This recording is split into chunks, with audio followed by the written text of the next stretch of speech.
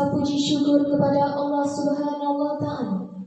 Mari sama-sama kita mengucapkan hamdalah untuk kelancaran acara kita pada hari ini. Al-Fatihah.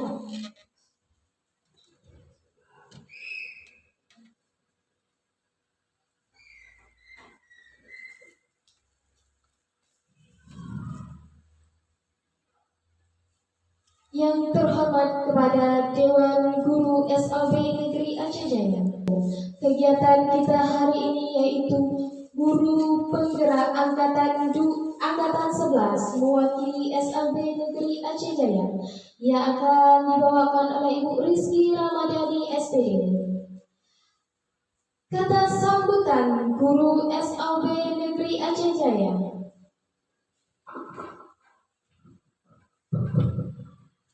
Bismillahirrahmanirrahim.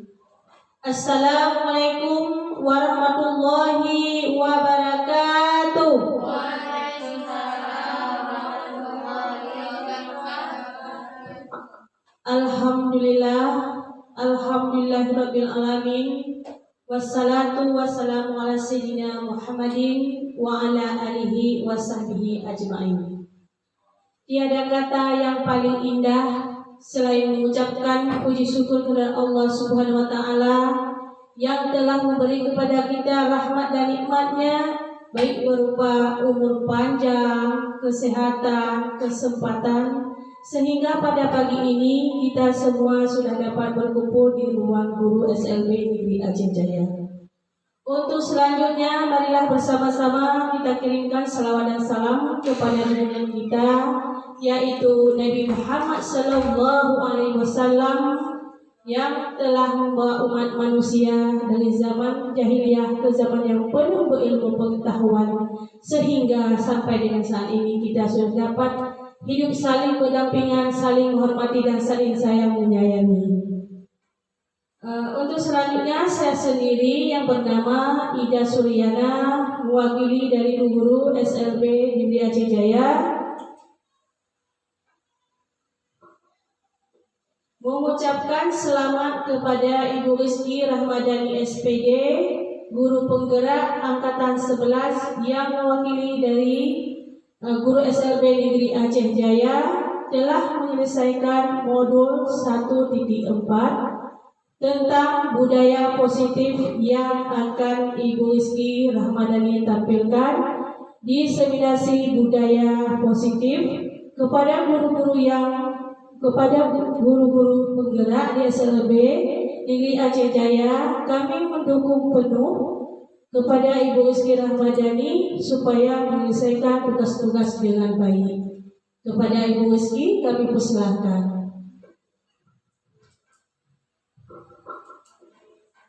Selanjutnya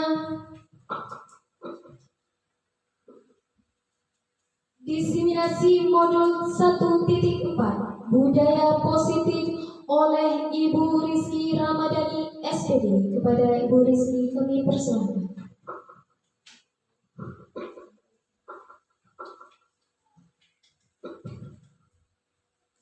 Bismillahirrahmanirrahim. Assalamualaikum warahmatullahi wabarakatuh. Waalaikumsalam warahmatullahi wabarakatuh. Terima kasih atas kehadiran guru-guru yang berada di SLB Aceh Jaya. Saya Rizky Ramadhani, guru penggerak angkatan 11 yang berada di SLB Negeri Aceh Jaya ini akan mendiseminasikan tentang modul 1.4 budaya positif. Di sini kita ketahui konsep inti budaya positif. Sebelum kita masuki diseminasi budaya positif, ibu-ibu berdiri, kita akan explaining dulu ya, biar lebih semangat lagi gitu ya. Berdiri aja dari penduduknya. Coba Bapak Ibu, berdiri aja sini. Jadi kalau saya bilang satu, tekunya satu ya. Kalau dua, tekunya dua. Kalau tiga, tekunya 3 kali. Ya, kita ulang ya. Kita briefing dulu nih. Tepuk 1. 1. Tepuk 3. 2. Cepet ya. 1. 3. Ada yang 2 ya. Ulang lagi ya. Semangat nih kompak. Tepuk 1. Tepuk 1.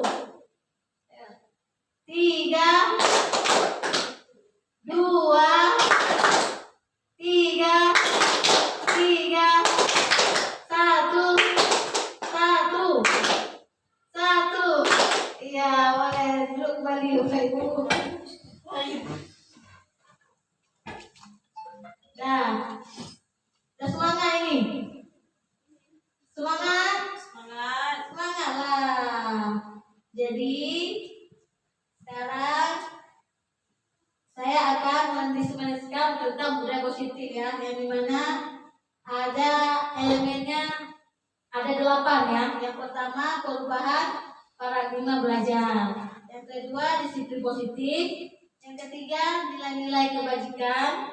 Yang keempat kebutuhan dasar manusia. Yang kelima motivasi perilaku manusia. Yang keenam posisi kontrol guru. Yang ketujuh keyakinan kelas. Dan yang kedelapan segitiga restitusi.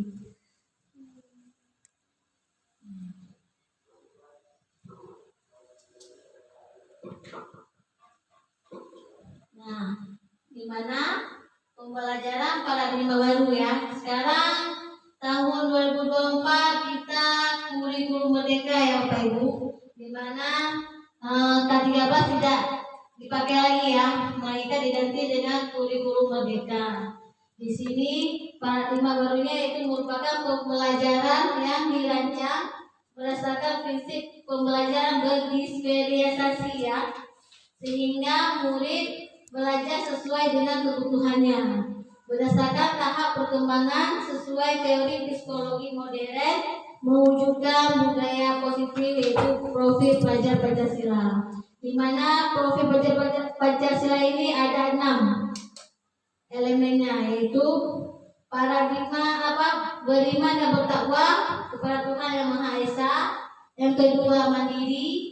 Yang ketiga berkebinekaan global. Yang keempat bergotong royong. Yang kelima bernalar kritis. Yang keenam kreatif. Nah, banyak sekali ya Bapak Ibu, di sekolah-sekolah itu kita miskonsepsi tentang teori kontrol, di mana banyak guru untuk mengontrol murid, terus bahwa semua penguatan positif efektif dan bermanfaat, ilusinya bahwa kritik membuat rasa bersalah mampu mengeluarkan karakter, sehingga bahwa banyak orang dewasa berhak paksa. Jadi di sini di kurikulum 13 ini guru tidak boleh terlalu memaksa, sehingga kita sebagai guru membuatlah solusi tentang kurikulum merdeka, di mana guru membuat sesuai dengan bakat minat siswa tersebut. Apalagi yang di DSLB ya, DSLB murid-muridnya tuh macam-macam model, sehingga guru harus lebih ekstra membuat modul sesuai dengan perkembangan anak tersebut, sesuai dengan apa bakat minat anak-anak didik yang ada di SLB, sehingga mengubah paradigma stimulus respon ke pendekatan teori kontrol, di mana ada 2 nih, stimulus respon dan teori kontrol. Realitasnya itu kebutuhan kita ini sama kebutuhannya, tapi di teori kontrolnya itu kebutuhan itu berbeda, sehingga antara respon dan kontrol itu merupakan pendekatan yang berbeda-beda. Yang kedua, semua orang melihat hal yang sama, di mana setiap orang memiliki gambaran yang berbeda. Jadi kita ini mencoba mengubah orang agar berpandangan sama dengan kita. Tapi di teori kontrolnya kita ini harus berusaha memahami pandangan orang lain tentang dunia. Jadi perilaku buruk yang dilihat sebagai suatu kesalahan di stimulusnya, tapi berbeda dengan teori kontrol. Semua perilaku memiliki tujuan. Yang keempat ini, orang lain bisa mengontrol saya. Berarti di teori kontrolnya hanya ada yang bisa mengontrol diri Anda. Di stimulus respon, saya bisa mengontrol orang lain. Tetapi di teori kontrol, Anda tidak bisa mengontrol orang lain. Sedangkan di stimulus responnya lagi, pemaksaan ada pada saat bujukan gagal. Tapi di teori kontrol, kolaborasi dan konsensus menciptakan pilihan-pilihan baru. Sehingga di stimulus respon, model berpikir menang atau kalah. Sedangkan di teori kontrolnya itu, model berpikir menang-menang.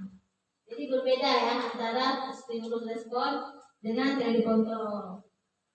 Sehingga di sini terciptalah disiplin positif, di mana kata disiplin positif ini berasal dari disiplina yang artinya belajar.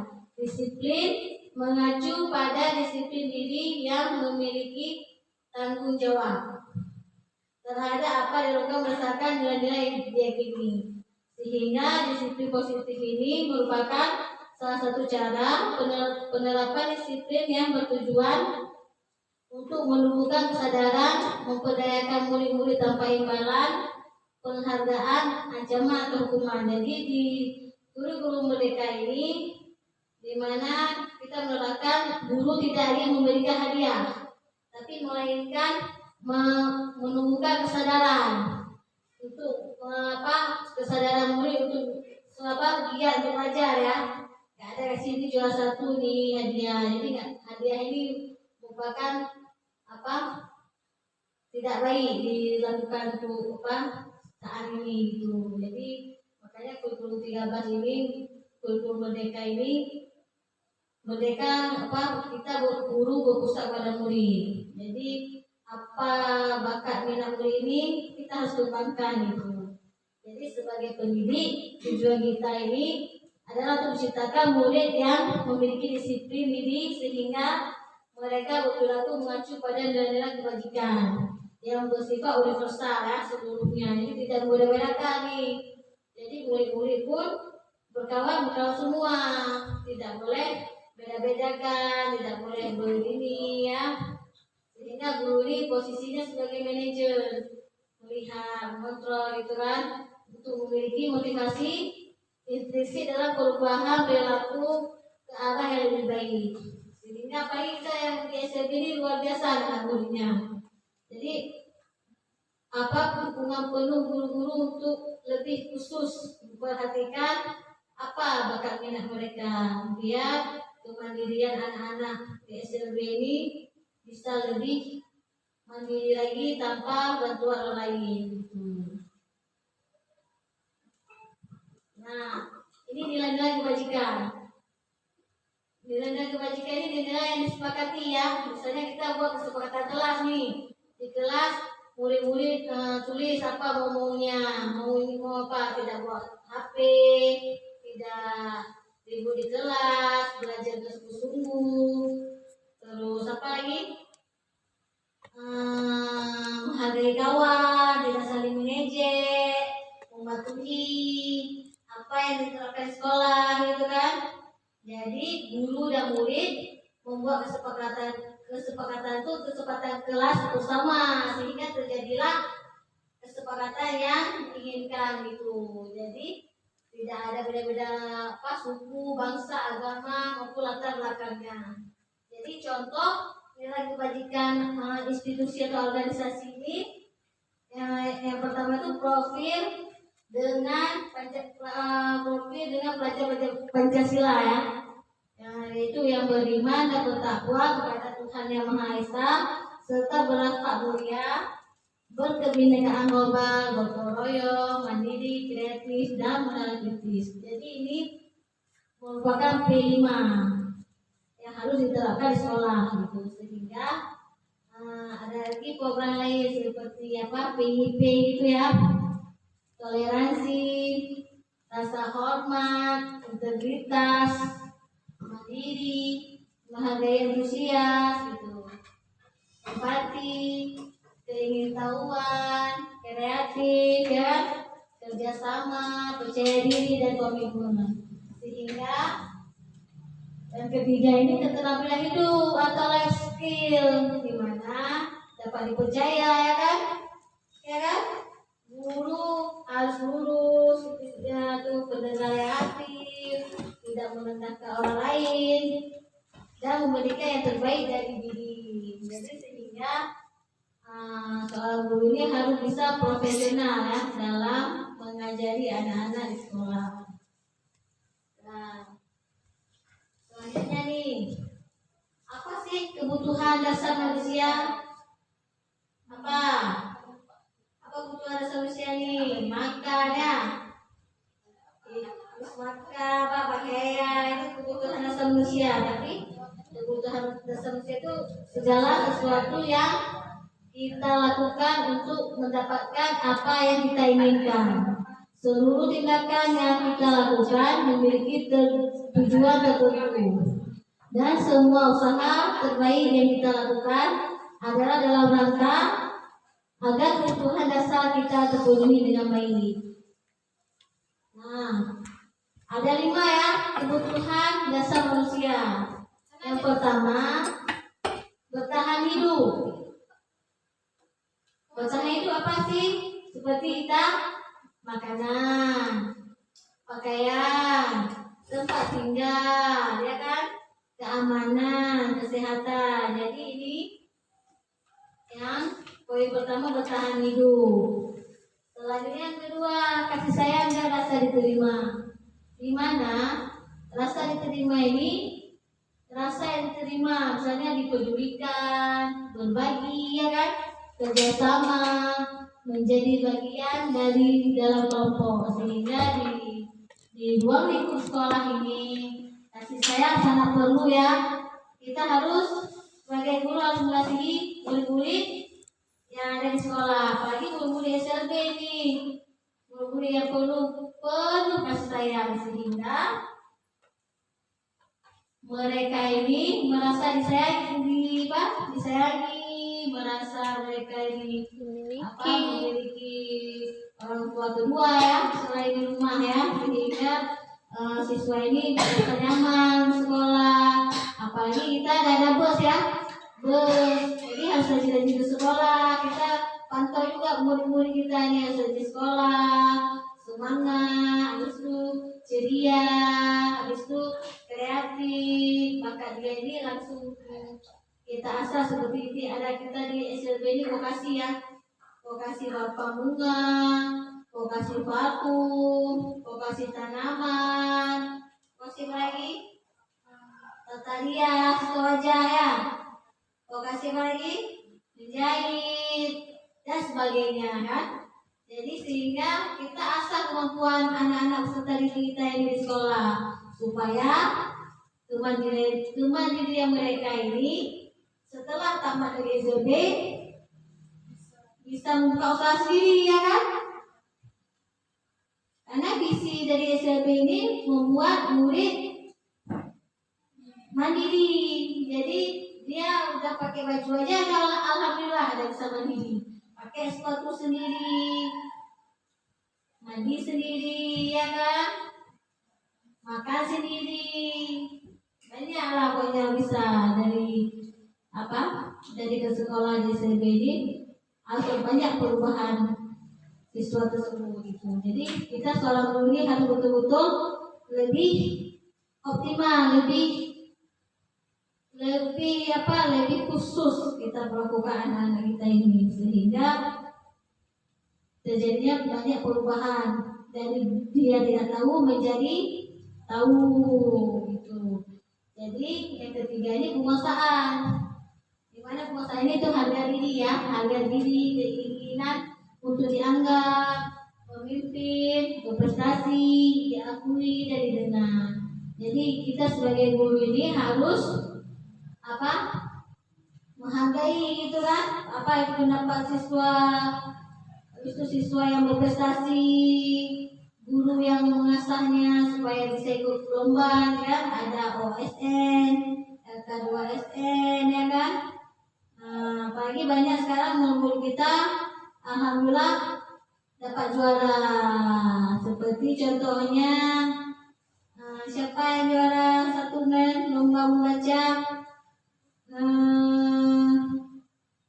Al ya, lomba ini lomba baca apa bercerita ya tingkat nasional tahun 2000 berapa ibu?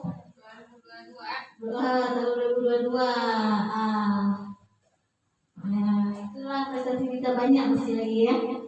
Alhamdulillah banyak kita dapat piala ya untuk anak-anak yang luar biasa ini. Nah selanjutnya yang keempat, kebebasan. Di mana kebebasan ini terdiri dari mandiri ya, memiliki pilihan, mencoba hal yang baru, mampu mengendalikan arah dirinya. Sehingga guru ini membuat bebas. Guru ini bebas apa? Bebas dalam berkarya ya, bebas dalam memilih bakat minatnya. Apakah siswa ini memilih parfum? Jadi guru harus melatih siswa ini harus bisa meracik parfum, itu menjahit lagi ya. Jadi guru harus bisa melatih ini pola-pola yang ini dulu, yang gampang dulu untuk anak muridnya bisa menjahit gitu. Untuk mengendalikan arah dirinya ke bakat minat tersebut. Selanjutnya yang kelima nih, kesenangan.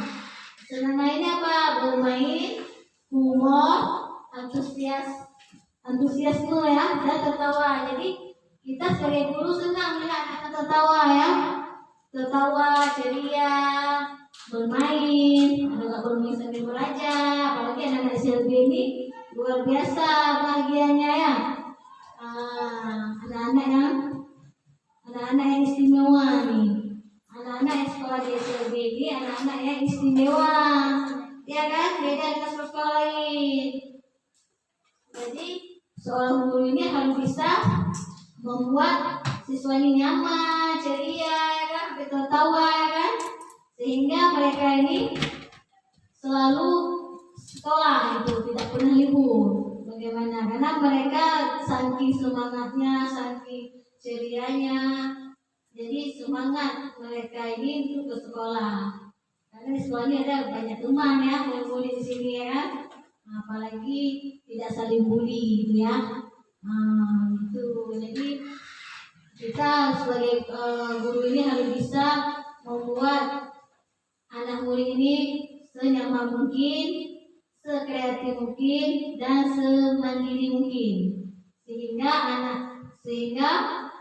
tamat dari SLB ini mereka ingat, guru ini mengajari saya sampai bisa. Saya buka usaha gue nih. Jadi kita di sini juga kasih membuat kue ya. Gitu. Jadi banyak nih guru-guru untuk mengasah kemampuan murid sesuai dengan apa yang mereka inginkan gitu. Jadi apalagi di SLB ini emang perlu perhatian khusus sehingga anak-anak ini bukan merdeka mengajar gitu. Jadi di mana guru membuat modul ajar sesuai dengan bakat dan minat peserta didik. Apalagi yang di SLB ini harus betul-betul khusus untuk kita kembangkan bakat minatnya sehingga mereka seorang muridnya berpusat kepada murid dengan perhatian yang sangat khusus, yang sangat-sangat kita perhatikan sehingga tidak lahirlah nanti kemandirian anak di masa akan datang gitu. Jadi alhamdulillah di SLB ini sudah banyak ya prestasi murid-murid yang telah kita asah gitu di bidang vokasinya masing-masing yang telah dipilih mereka masing-masing ya. Jadi kita sebagai guru ini harus bisa 5 kebutuhan dasar ini kita lihat kepada peserta didik gitu. Sehingga motivasi perilaku manusia. Nah, di sini motivasi perilaku manusia ada dua, motivasi ekstrinsik dan motivasi intrinsik. Di mana motivasi ekstrinsik ini yaitu untuk menghindari ketidaknyamanan atau hukuman. Jadi seorang murid ini dia misalnya contohnya telat. Habis itu seorang guru kasih hukuman kepada murid. Nah, dengan kasihnya hukuman, jadi murid itu tidak telat lagi, datang lebih cepat, gitu. Tapi ini merasa tidak nyaman murid ini, gitu, karena dia merasa malu sama kawan-kawannya, ya kan, mengutip sampah karena telat. Nah, jadi ini harus dihindari, gitu. Ini perilaku ekstrinsik. Dan untuk mendapatkan imbalan atau penghargaan dari orang lain, misalnya si murid ini pandai, dia rajin sekolah. Dengan rajin sekolah, dia ingin mendapat penghargaan atau hadiah dari guru. Nah, tapi dia dengan membangga-banggakan ini tidak bagus juga, gitu. Ini termasuk dari perilaku ekstrinsik, gitu. Sehingga kalau memotivasi intrinsik ini untuk menjadi orang yang mereka inginkan dan menghargai diri sendiri dengan nilai-nilai yang mereka percaya. Jadi intrinsik inilah yang harus diterapkan di sekolah, gitu. Jadi seorang guru tidak membeda-bedakan ya muridnya, ya mana murid pandai, mana murid tidak pandai, nggak boleh. Jadi dalam satu kelas itu guru harus mengajari semua murid sehingga semua murid ini pandai semua, nggak ada beda-beda suku agama, nggak ada. Jadi guru benar-benar tidak mengasihi satu sama lain, tapi dengan adil mengajari semuanya tanpa terkecuali, gitu. Nah, dimana budaya positif selanjutnya itu hukuman. Di sini hukuman, misalnya tidak terencana atau tiba-tiba, ya. Habis itu muridnya tidak tahu apa yang akan terjadi atau tidak dilibatkan, sehingga bersifat satu arah dan berupaya hukuman fisik atau fisis. Jadi seorang guru tidak boleh lagi memberi hukuman secara fisik ya kepada murid, karena akan ada undang-undang sekarang ya. Undang-undang apa nih? Tidak boleh lagi. Jadi seorang guru ini makanya kita buat tentang keyakinan kelas bersama, sehingga murid tidak melanggar aturan ini. Yang kedua, konsekuensi, di mana terencana ya atau disepakati sesuai peraturan. Jadi murid tetap dibuat tidak nyaman, sehingga sikap guru selalu memonitor murid, di mana konsekuensi ini tidak tepat juga ya. Jadi kita sebagai guru ini harus membuat nyaman murid. Tidak boleh guru selalu memonitor murid, gitu. Jadi lahirlah restitusi, di mana restitusi ini itu proses menciptanya kondisi bagi murid untuk memperbaiki kesalahan. Atau yang kedua, proses kolaboratif yang mengajarkan murid untuk mencari solusi sendiri, ya.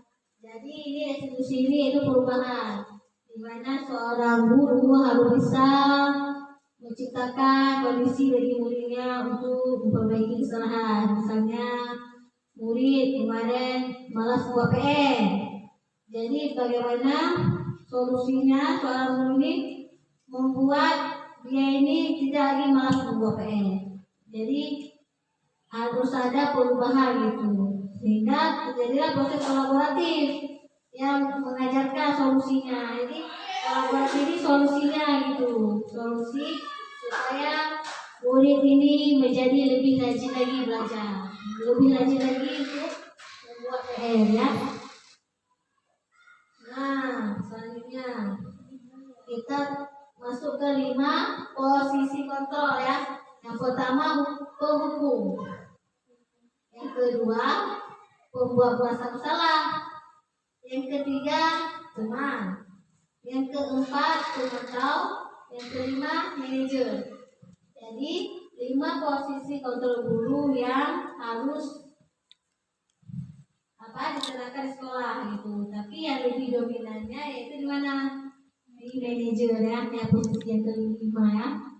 Karena manajer ini semua dah melengkung kelima posisi kontrol guru. Nah, contohnya ya, contoh penerapan 5 posisi kontrol guru.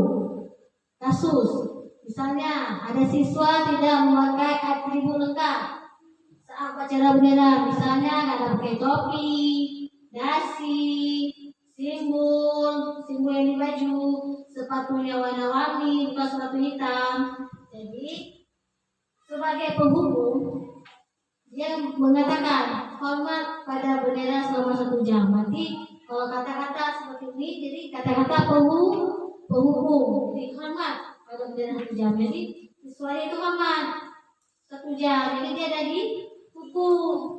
Jadi ini proses penghubung. Nah, ada lagi kalimat lain. Berapa kali ibu bapak kamu harus memberitahu kamu. Kamu selalu saja mengecewakan ibu bapak. Jadi ini membuat merasa bersalah, gitu kan? Kalau ini kalimatnya membuat merasa bersalah. Berapa kali ibu bapak harus memberitahu kamu? Nah, jadi kamu selalu saja mengecewakan ibu bapak. Jadi kalau kalimat kayak gini muncul, berarti timbullah membuat merasa bersalah, gitu ya. Selanjutnya contoh penerapan posisi kontrol lagi. Misalnya kasusnya nih. Sama juga siswa tidak memakai atribut lengkap pada saat upacara bendera. Jadi kalau ada kalimat seperti ini, ayo dong ikuti aturan sekolah. Tolong bantu ibu bapak ya sekali ini, ya sudah tidak apa-apa lagi. Lain kali jangan berbuat seperti ini lagi ya, sambil tertawa. Jadi kalau ada guru ngomong, ayolah bantu ibu. Nah, jadi guru dengan siswa sebagai teman gitu ya, sebagai teman. Jadi posisinya ini sebagai teman. Jadi guru dengan siswa ini merasa nyaman. Itu ayolah harus ibu. Itu tolong ya sekali ini aja. Nah, ya sudah tidak apa-apa. Lagi jangan berbuat seperti ini lagi ya. Nah, kalau gitu berarti guru dengan murid sebagai teman, ya kan? Selanjutnya kalau ada kalimat seperti ini lagi, kamu sudah melanggar peraturan sekolah. Kamu tahu konsekuensinya. Setelah upacara, kamu beli atribut ke koperasi dan jangan diulangi lagi ya. Nah, kalau kalimat seperti ini sebagai pemantau, mana kamu sudah melanggar ya peraturan. Besok beli ini ya, beli di toko misalnya. Beli di toko atributnya, jangan diulangi lagi ya. Minggu depan kalau masih lihat kamu tidak memakai atribut, kamu tidak usah sekolah. Nah, seperti itu udah sebagai pemantau. Pemantau ini memantau semua siapa nih anak-anak peserta didik yang tidak memakai atribut gitu. Jadi dia sebagai pemantau itu ya. Nanti kalau ada kalimat seperti ini yang sudah melanggar peraturan sekolah, berarti ini sudah termasuk pemantau. Nah, contoh lagi nih penerapan 5 fungsi kontrol. Yang terakhir sebagai manajer ya. Kalau ada kalimat seperti ini, apakah kamu tahu kesalahanmu? Kira-kira bagaimana kamu memperbaiki kesalahan kamu? Nah, jadi sebagai manajer ini sebagai solusi yang terakhir, di mana dia ini sebagai mencari untuk memperbaiki kesalahanmu, ya kan? Misalnya nih, ada yang mudik, apakah kamu tahu kesalahanmu? Tahu bu, jadi jawab ya kan? Pakai sepatu warna putih. Kira-kira kenapa kamu pakai sepatu putih? Misalnya hujan bu, boleh putih lagi jangan pakai sepatu putih ya nak. Nah itu ya kan. Jadi dia manajernya sebagai solusi, menjadi solusi permasalahan ini sehingga dia tidak mengulanginya lagi gitu. Itulah posisi guru yang kontrol. Gitu ya.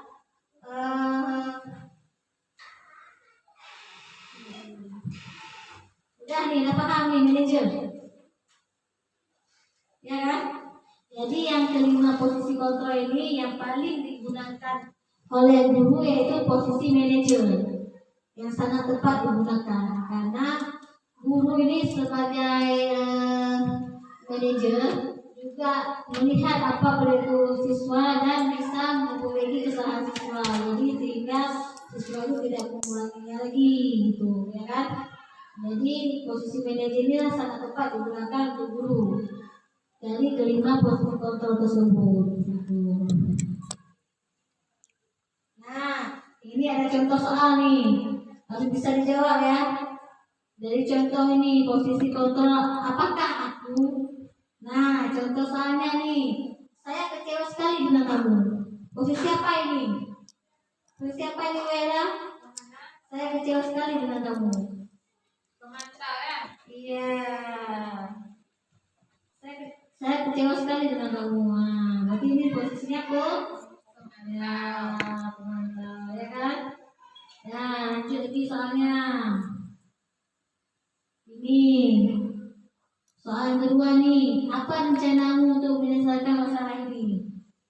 Apa? Posisi apa ini? Manajer. Iya, posisi manajer nih. Karena manajer itu menyelesaikan masalah. Itu. Selanjutnya, ayolah lakukan ini Bapak.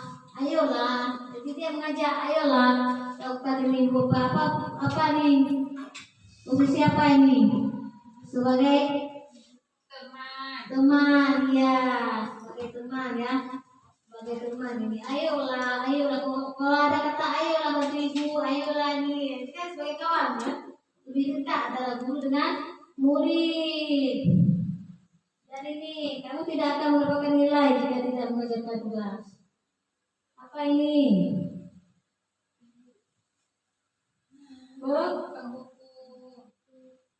Penghukum ya. Ya, jadi ini kalau saya guru udah kasih tugas, kamu tidak kerjakan baik bos ini dia hukum dia ya kan. Ya. Dan ini ya yang terakhir ini tentang keyakinan kelas. Nah, keyakinan kelas ini guru dan murid harus sama-sama membuat keyakinan. Di mana murid menulis keyakinannya. Nah, menulis apa dia mau ya. Terus guru juga tulis. Jadi samakan persepsi ya kan? Samakan persepsinya, samakan. Terbuatlah tentang keyakinan kelas. Mengapa keyakinan kelas? Mengapa bukan peraturan kelas? Nah, bedanya keyakinan kelas dengan peraturan kelas. Kalau keyakinan kelas yaitu yang dibuat, yang disepakati bersama, itu keyakinan kelas. Sedangkan peraturan kelas yaitu gurunya sendiri yang membuatnya tanpa bersama-sama. Jadi lebih baiknya kita membuat keyakinan kelas sehingga apa? Dia sama-samanya nyaman. Oh, murid maunya jangan telat. Oh, nggak boleh HP ke sekolah. Sedangkan peraturan kelas ini peraturan yang telah ditetapkan. Jadi murid harus patuh tentang peraturan kelas ini yang telah guru wali kelas buat. Sedangkan kalau keyakinan kelas, guru dan murid membuat bersama-sama di sebuah kertas, lalu dikumpulkan, lalu disepakati apa-apa yang poin yang akan disepakati bersama di keyakinan kelas itu.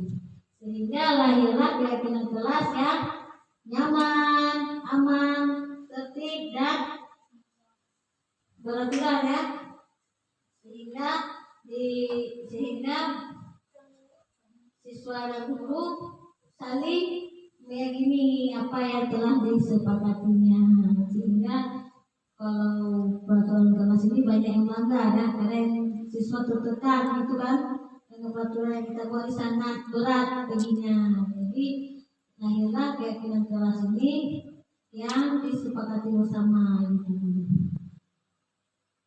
Nah, ada lagi nih tentang pembentukan keyakinan kelas. Nah, setelah kita tulis tadi apa-apa keyakinan kelas yang akan kita sepakati, kebetulan pembentukannya seperti bersifat abstrak. di mana nanti siswa maju ke depan tulis menuliskan nanti apa aja, terus berupaya pernyataannya universal seluruh, tidak boleh individu.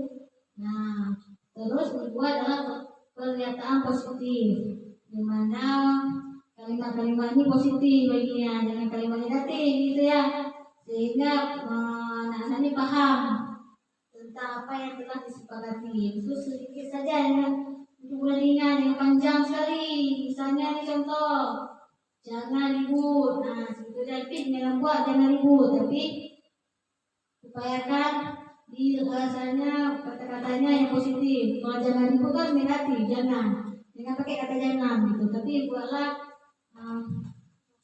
istilahnya, contohnya yang positifnya diharapkan waktu pembelajaran atau waktu di dalam kelas diam gitu, ya kan, jangan ada kata-kata jangan gitu. Jadi misalnya jangan juga kata-kata dilarang. Jadi yang kalau positifnya itu usahakan misalnya tidak membawa HP di sekolah gitu. Jadi membantu kawan, ya kan, saling menghargai, saling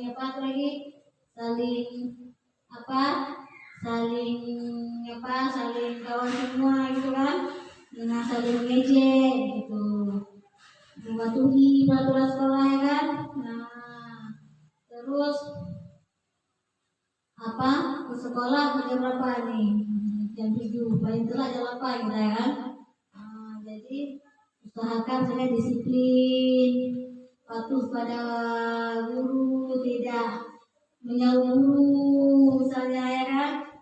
Itu kalimat-kalimat yang positif, sehingga kita sesuaikan lagi nih sebagai guru, sesuaikan kondisi kelas dan sekolah sehingga mudah diterapkan. Jadi kita buat sekolah nyaman.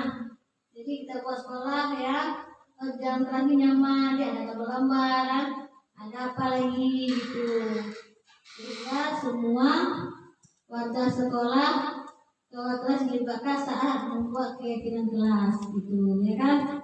Jadi guru ini harus bisa melibatkan semua warga sekolah. Jadi setiap wali kelas yang ada di dalam kelas ini harus bisa melibatkan semua warga sekolah untuk membuat keyakinan kelas. Jadi keyakinan kelas ini sangat perlu, ya, karena keyakinan ini keyakinan yang sudah disepakati bersama, di mana murid sudah menulis keyakinan sendiri, guru juga, terus digabungkan menjadilah satu keyakinan bersama di dalam kelas. Jadi lahirlah dengan kelas ini nyaman, tenang, tentram, namanya tidak ada saling membeda-bedakan gitu. Jadi guru dan murid seperti kawan gitu. Jadi gimana sebagai teman ini, murid dan guru ini membuat bersama-sama, tulis sama-sama, sehingga nanti disepakati bersama maju ke depan gitu kan.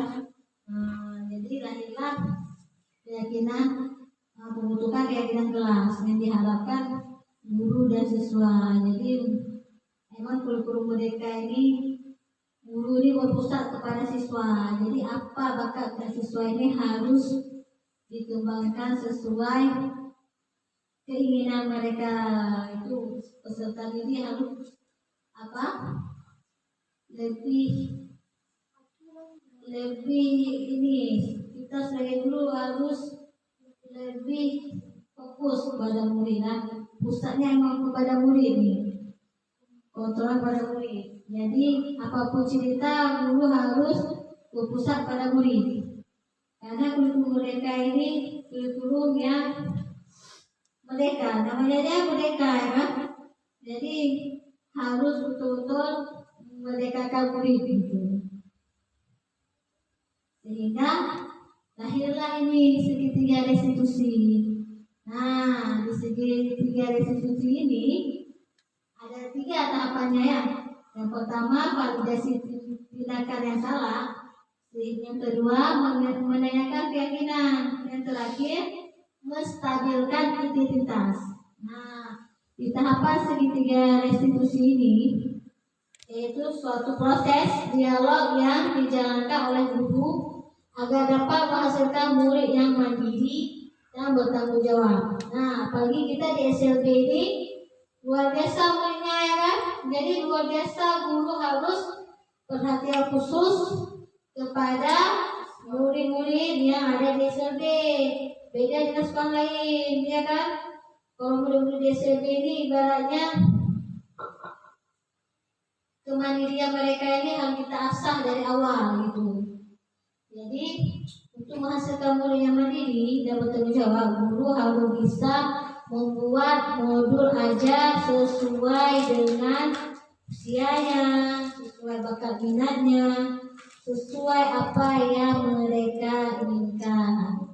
Jadi kita sebagai guru harus bisa menghasilkan murid yang mandiri. Memang visi dari sekolah SLB ini yaitu kemandirian murid ya. Jadi kita harapkan kemandirian anak-anak ini harus bisa dikembangkan dan dikembangkan terus sehingga menghasilkan murid yang mandiri dan bertanggung jawab. Dari segitiga ini kita harus bisa menindaklanjuti mana yang benar, mana yang salah, sehingga kita menanyakan kepada peserta didik yaitu keyakinan mereka apa, sehingga guru bisa menstabilkan identitas mereka. Jadi ini proses tahapan segitiga restitusi yang harus diterapkan di sekolah. Apa ini yang pertama, menstabilkan identitas ya kan? Misalnya ini berdasarkan prinsip membuat kesalahan adalah bagian dari proses pengajaran. Di mana menstabilkan identitas ini yaitu yang pertama, berbuat salah itu wajar. Tidak ada manusia yang sempurna. Ibu bapak tidak pernah melakukan itu. Ibu bapak tidak mau mencari siapa yang salah, tapi ibu bapak ini mencari solusi dari permasalahan ini. Kamu berhak merasa begitu. Jadi menstabilkan identitas ini kita tengok dulu apa-apa aja ya kan. Kita tengok kenapa dia, apa kesalahannya, apa permasalahannya gitu, ya kan? Nah,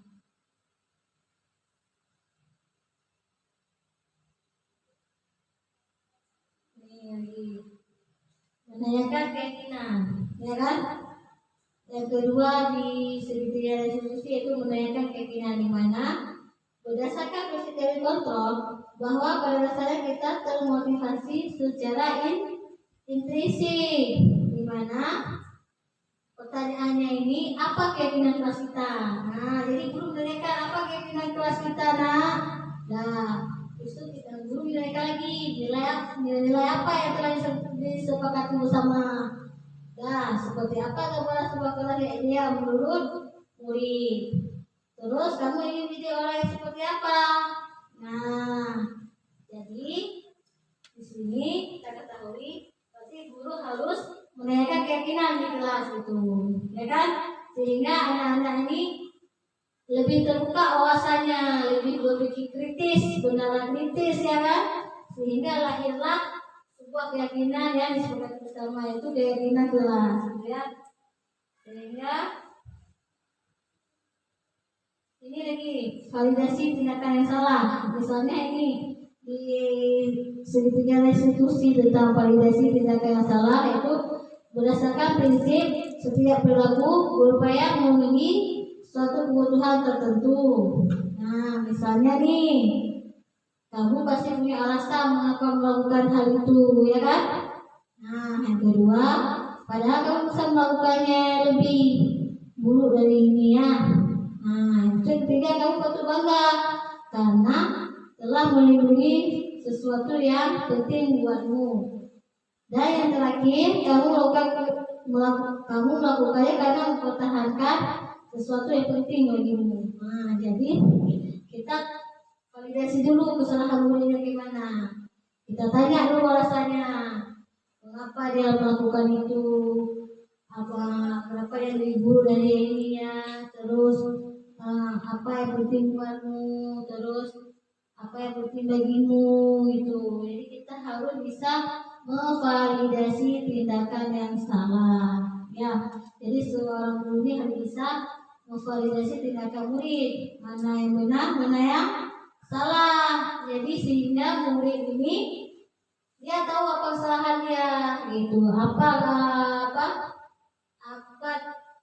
tindakan dia setelah melakukan itu. Jadi dia mengetahuinya dengan kita menanyakan hal-hal yang kenapa dia bisa buat itu, apa ada permasalahan di rumah atau apa sebagainya gitu. Jadi kita harus bisa mencari solusi untuk tindakan yang telah murid lakukan, sehingga guru ini harus bisa memanajer dengan baik sehingga lahirlah murid yang bertanggung jawab serta bisa mempertanggungjawabkan apa kesalahan yang telah mereka lakukan.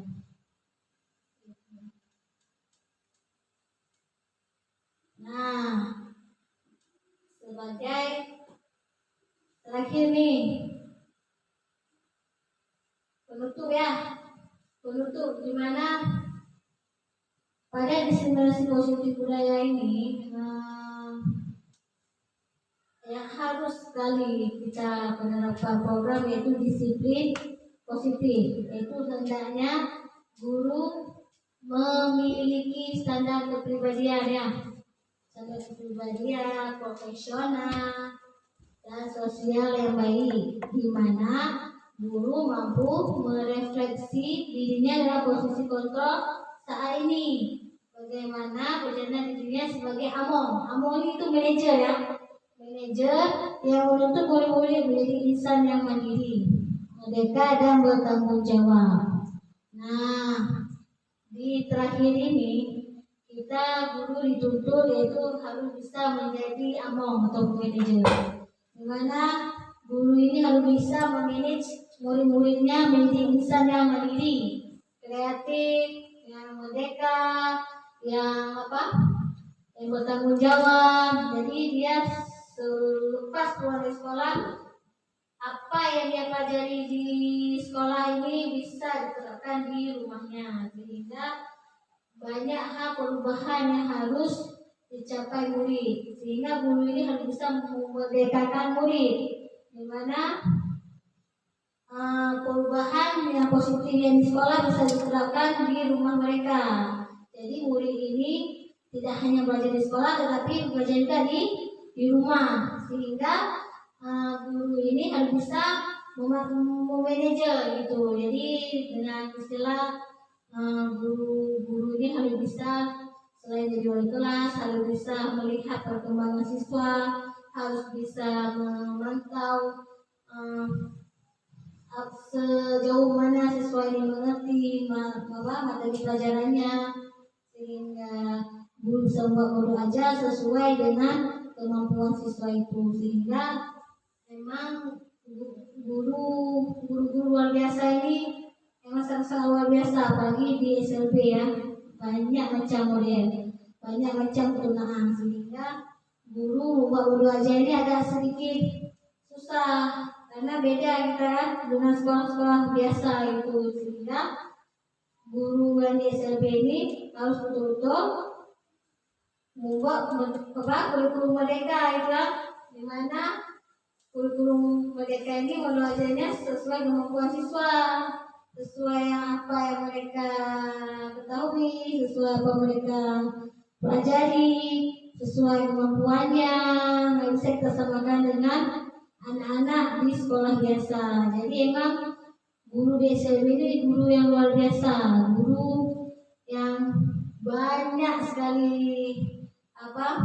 butuh perhatian khusus untuk membuat guru ajar dengan cara asesmen dulu, melihat tingkat belajar siswa ini dengan baik gitu. Jadi di asesmen dulu, dilihat dulu perkembangannya, ini masuk ke mana, itu nanti tariknya, harus bisa apa bakat minatnya, terus harus apa betul-betul mandiri, untuk merdeka dan bertanggung jawab gitu.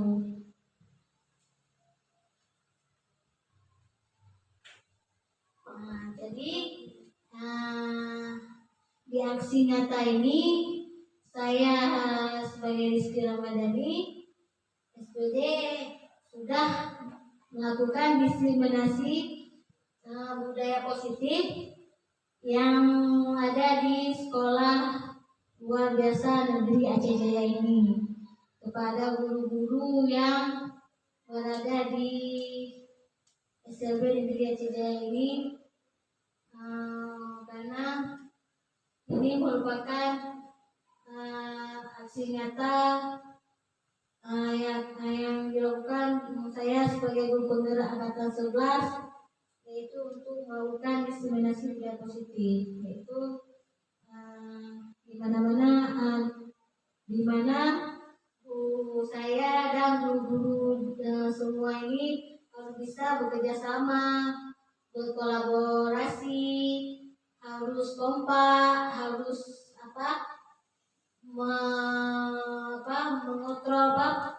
mengontrol berpusat pada siswa sehingga bisa membuat belajar yang baik dan bisa menjadi perubahan yang lebih baik ke depannya. Jadi saya berharap kepada guru-guru yang ada di SLB ini harus bisa kita terapkan budaya positif dari sekarang ya. Budaya positif di mana disiplin positif ini sangat-sangat harus guru memiliki standar kepribadian yang profesional terhadap bidangnya masing-masing dan sosial yang baik, di mana guru harus mampu merefleksikan dirinya dalam proses posisi kontrol saat ini. Yaitu dari 5 posisi kontrol ini, guru harus bisa posisi kontrol sebagai among atau manajer. Ini yang sangat harus diterapkan di sekolah SLB negeri Cijaya ini. Jadi saya selaku guru penggerak angkatan 11, nama saya Rizky Ramadhani SPD, sudah menyelesaikan diskriminasi budaya positif. Jadi saya berharap guru-guru ini harus bekerjasama dan berkolaborasi yang mendukung proses ini kedepannya lebih baik lagi. Jadi sekian pemaparan dan diskriminasi budaya positif dari saya. Lebih dan kurang saya mohon maaf. Wabillahi taufiq wal hidayah. Wassalamualaikum warahmatullahi wabarakatuh. Waalaikumsalam. Terima kasih banyak kepada Ibu Rizky Ramadhani. Karena pemaparan hari ini sudah selesai, maka berakhirlah acara kita pada hari ini. Bagaimana dengan ibu-ibu semua, bapak ibu ya? Jelas ya? Modul yang diajarkan ini semoga bermanfaat untuk kita semua. Saya selaku moderator ucapkan Assalamualaikum warahmatullahi wabarakatuh.